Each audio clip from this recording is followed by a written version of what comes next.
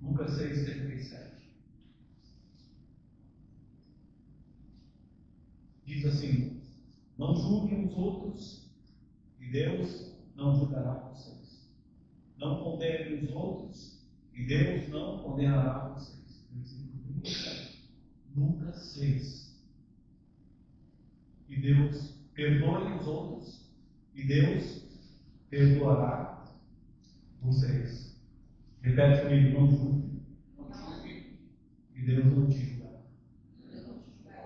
Não condene e Deus não te condenará. Perdoe e Deus te perdoará.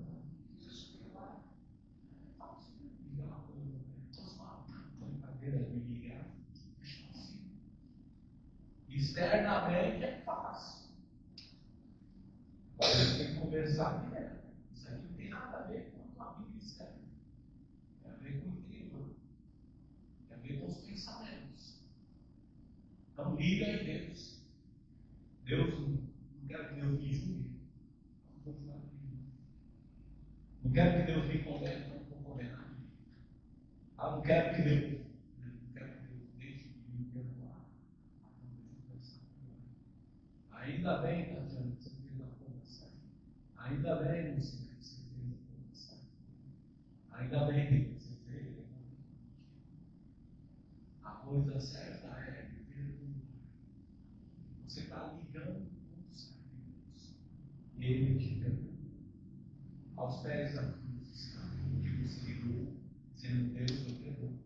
E Deus está ligando em você o perdão. Está perdoado. A forma de medir de Deus é bem tranquila. Faz o que eu faço. Certas coisas. É assim. Faz o que eu faço. Não quer fazer? Fica aqui os pontos. Vamos lá para o versículo 38 agora. Dê aos outros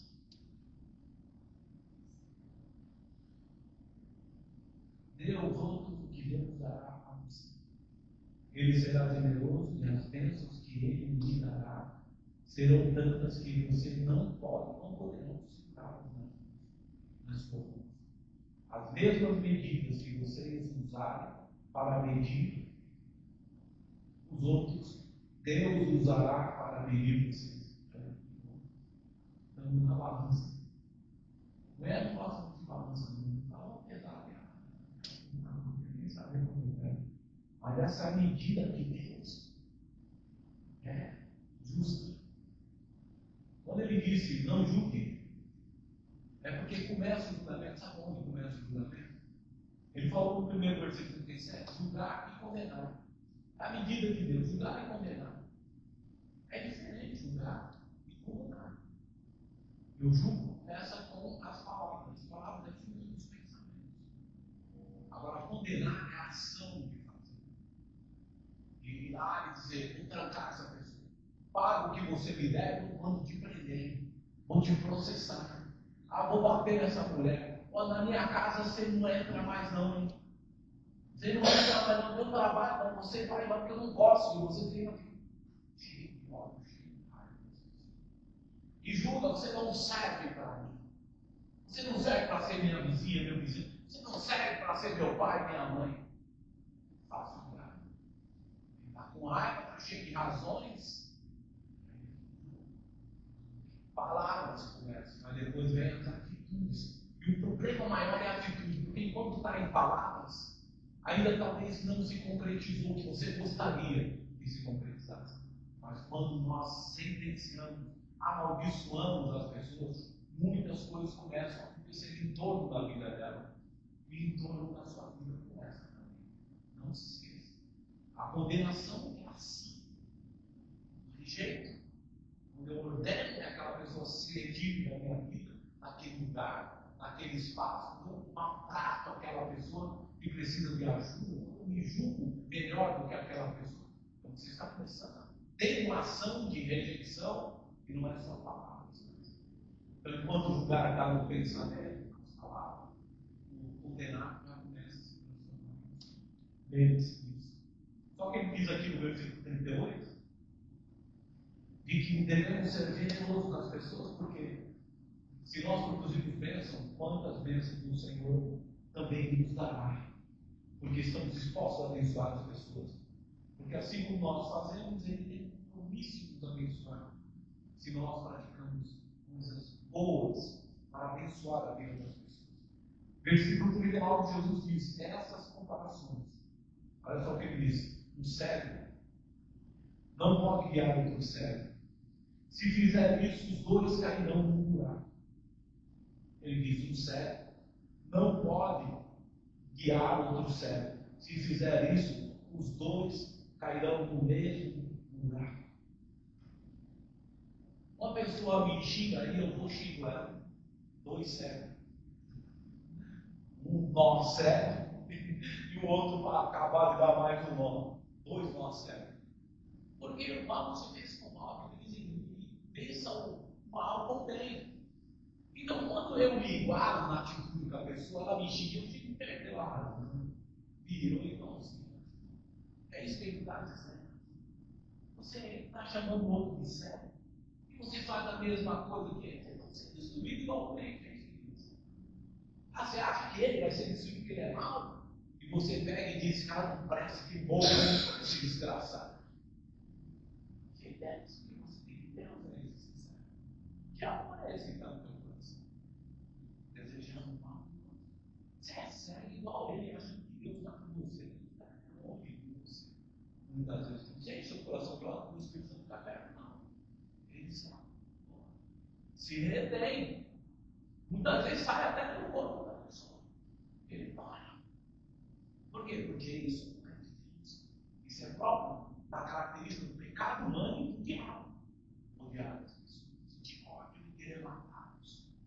Isso é horrível. Nós temos que prestar atenção. O que estamos produzindo, nós temos que a mudança começa de dentro para fora. Como nós pregamos, para fora não tem problema. É de dentro.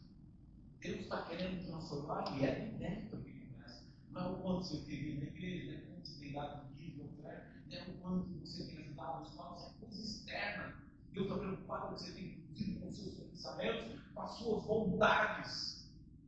Não preste atenção no que você está dando dentro de você. À medida que você medir o seu relacionamento com as pessoas em sua volta, Deus vai te medir. Presta atenção. Acha que o outro não presta? Você presta? Você acha que é perfeito? Não custa perfeição. Você vê que você não é perfeito. Você só pega de forma diferente. Todos pecadores. Todos nós pecadores. E precisamos da graça de Cristo. Precisamos da misericórdia de Deus. Vamos lá para o versículo 40. Nenhum aluno é mais importante do que o seu professor. Porém, quando tiver terminado o estudo, o aluno ficará igual ao seu professor. Não somos mais importantes do que Jesus. Por isso devemos fazer o que ele fez. Se ele te perdoa, perdoa. Quando você nega o perdão a uma pessoa, quando você quer se vingar de uma pessoa, quer maltratar a pessoa, você está fazendo o oposto do que o teu professor te ensinou. O professor disse: faça o bem. Se o teu inimigo bater na tua face, dê a outra. Quando está falando em face, na verdade é não retribuir também. Da mesma forma, não é só uma questão física de bater na minha cara. Isso é o extremo, mas é difícil. Mas ele está dizendo: não faça a mesma coisa. Não vai ter um murro na cara do cara, porque o cara te deu um murro. Não dê um tapa na pessoa, porque ela te deu um tapa. Não retribua da mesma forma. É isso que talvez ele quis dizer também. Em outras palavras, é só bater na face. Mas não retribuir da mesma forma. Mal com mal. Se o teu professor ensinou isso, não, você não aqui. Ah, mas Jesus era Deus, né? De novo, repito comigo, insisto. O Espírito Santo insiste, eu digo de novo. Ah, Jesus era Deus, por isso que ele conseguia, né? Você diz que recebeu Jesus e recebeu o Espírito Santo. É o que a Bíblia diz. E se você recebeu o Espírito Santo, você recebeu o Espírito de Deus. Não está empatado. Ele tinha o Espírito de Deus, foi de Jesus. E você, sério? Sinético? Não tinha. Você pode sim fazer o que o seu professor fazia. Porque o Espírito está em você. Não vem com conversinha. Quem quer faz, quem quer faz. E deixa de lado. Se nós falamos, não, ele tem que se ferrar mesmo, tem que se danar mesmo, tem que se dar mal mesmo, irmãos, vai na mesma direção. Se tornou um cego, igual um cego, e está fazendo o que o professor não mudou. Jesus não precisa. Amém? Versículo 41, para ele finalizar lá. 41, 42. Por que você vê o cisco que está no olho do seu irmão e não repara na trava de madeira que está no seu próprio olho? Isso é uma pergunta, irmão. Por que você olha o cisco e não vê a trava que está no seu olho? Versículo 42. Como é que você pode dizer que o seu irmão me deixe tirar, dizer ao seu irmão, me deixe tirar esse cisco do seu olho, se você não repara na trave que está no seu próprio olho? Hipócrita. A palavra hipócrita eu aprendi nesse livro aí. Eu pensei que era só falso, né? Mas não, é ator. Atriz hipócrita. Ator, hein? Quer encenar, enganar dele. Se engana uma atriz e um ator, não sabe o que é verdade e o que é mentira. Quem é verdadeiro e o que é falso. Não sabe. Ele diz hipócrita. Tire primeiro a trava que está no seu olho, e então você poderá ver bem para tirar o cisco que está no olho do seu irmão.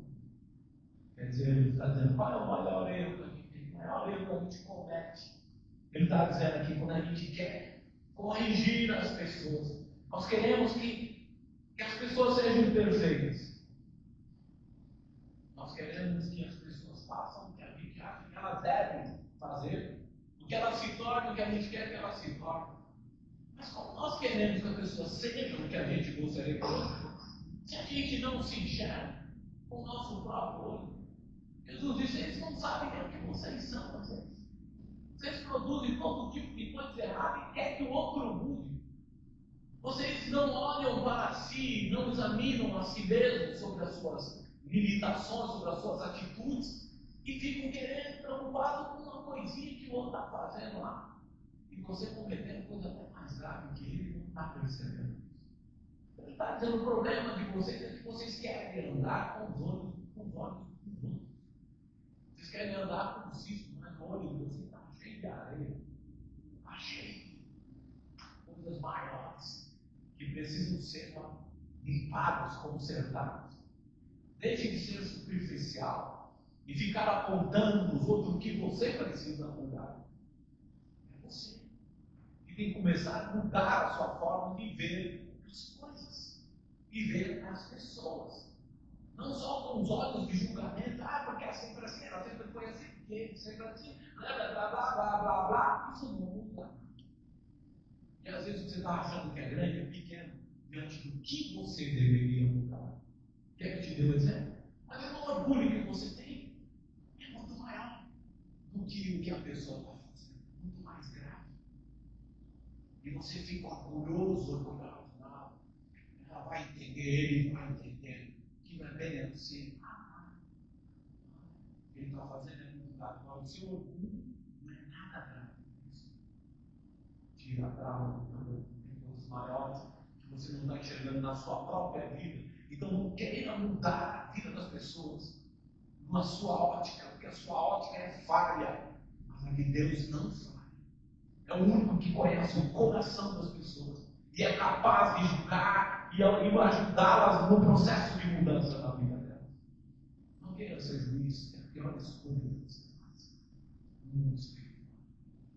Deixe Deus ser juiz. Quer o teu coração. Para de querer andar com os outros. É porque ele é assim, você está vendo tudo que os outros. Não dá conforme o que você acha que os outros. Você tem que andar com a sua vida do jeito que você está olhando para si. O que eu estou fazendo na minha está fazendo com a vida dele. Você tem que se preocupar no que você está fazendo com a sua vida, com a sua forma de agir. E se ele não faz do jeito que deveria, você faz. Então, parabéns. Continue assim. Bom aluno, hein? O professor ensinou e você aprendeu. Mas se você não para pensar se você faz a lição de casa direito e quer corrigir o outro, fique calado, né? Por isso que falou hipócrita. É melhor ficar quieto. É melhor orar e pedir perdão e não ficar batendo, ficar falando coisas de teatro. Seja verdadeiro mesmo. Eu vejo isso e eu de acordo com isso. Eu não sei nem como mudar essa pessoa, nem perdoa, Senhor. Ajude essa pessoa a mudar, porque eu não sou capaz de mudar. Desista de mudar as pessoas. Desista de querer que ela se torne o que você quer. Cuide da sua vida. Tem que ser dessa. E aí você vai ser um abençoador na sua casa, na vida das pessoas. Você vai saber lidar com elas. Não vamos aceitar todos os erros das pessoas. Quando você convive, você vai saber lidar. Porque se você enxerga as suas atitudes, vai ficar mais fácil aquilo que ele está dizendo. Se você consegue enxergar as suas atitudes, você vai saber melhor como agir diante daquela ocasião para lidar com aquilo. Mas se você não se enxerga, está perdido dentro de um turbilhão de sentimentos, de confusão emocional, de raiva, de ódio, não sei o quê, e quer ajudar o outro a mudar no quê? Se você não muda nem assim.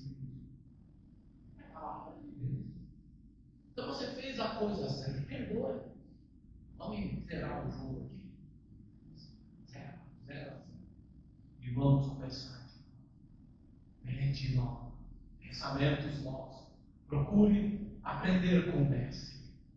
Comece a meditar nas parábolas do Mestre, para pensar ao modo que ele pensa, para saber agir em cada ocasião da sua vida da forma melhor possível. Repete comigo, Eclesiastes 3.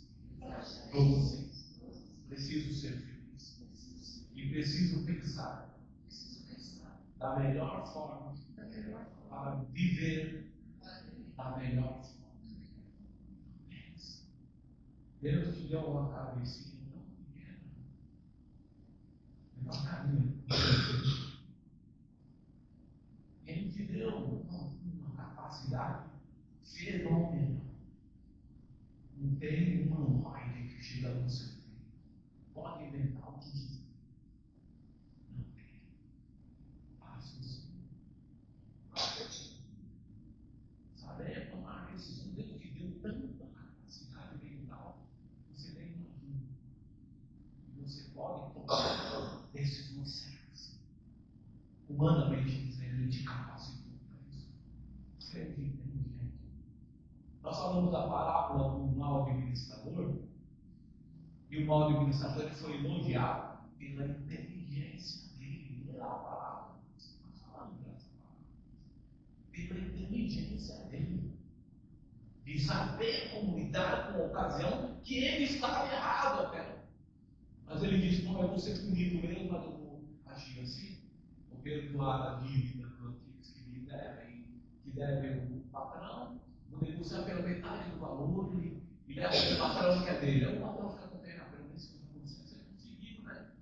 Aí ele fica contente, o patrão, e aí ele perdoa a dívida das pessoas, com 50% de desconto, e as pessoas me tornam minhas amigas. Aí o patrão leva o dinheiro para ele, os 50% ele diz, não é 100%, é pelo menos 50%, eu não perdi tudo. E o patrão fica contente, e mesmo assim manda ele embora, vai embora, você não é um mau administrador. Mas ele diz, mas as pessoas que eu perdoei se tornaram minhas amigas. Então, quando eu estiver desempregado, elas vão me ajudar. A que inteligência, dá para entender? Capacidade que Deus deu aos homens. E que eles não param, ficam naquele turbilhão de ansiedade, de pensamento, e aqui, celular, não sei o que, aquela agitação louca. Não param para pensar, por quê? Por quê? Por quê? Por quê? Por quê? Porque o cachorro. Para, irmão. E começa a entender que você tem que resolver uma coisa de cada vez. E começa a raciocinar uma coisa de cada vez para buscar a solução e não para piorar a situação. Se vai piorar, fique quieto. Deixe Deus aqui. Se você não sabe o que fazer, fique calado. Fique quieto. É o que o professor fazia. Que é o momento de nos silenciar. As pessoas ficavam perdidas. Aqueles que queriam purificar ele. Ficavam sem saber o que fazer. E o silêncio às vezes resolvia muitas coisas. Sem palavras. Mas agindo. Às vezes sem palavras. Mas agindo tranquilo. Sem violência. Sem ficar querendo obrigar aquelas pessoas a mudarem a solução. O resultado é muito. A colheita é muito. Aprenda a ter paciência. Aprenda a suportar uns aos outros. Como o professor ensina Jesus. Amém? Glória a Deus. Precisamos primeiro nos enxergarmos para depois agir quando se trata de relação. Então você tomou a decisão certa. Trazendo um altar de seu Deus por essa pessoa. Irei orar para discernir pelo Espírito se há alguma coisa que está sendo liberada no coração dessa pessoa, mas que pode haver sim uma paz do Espírito Santo, porque você quis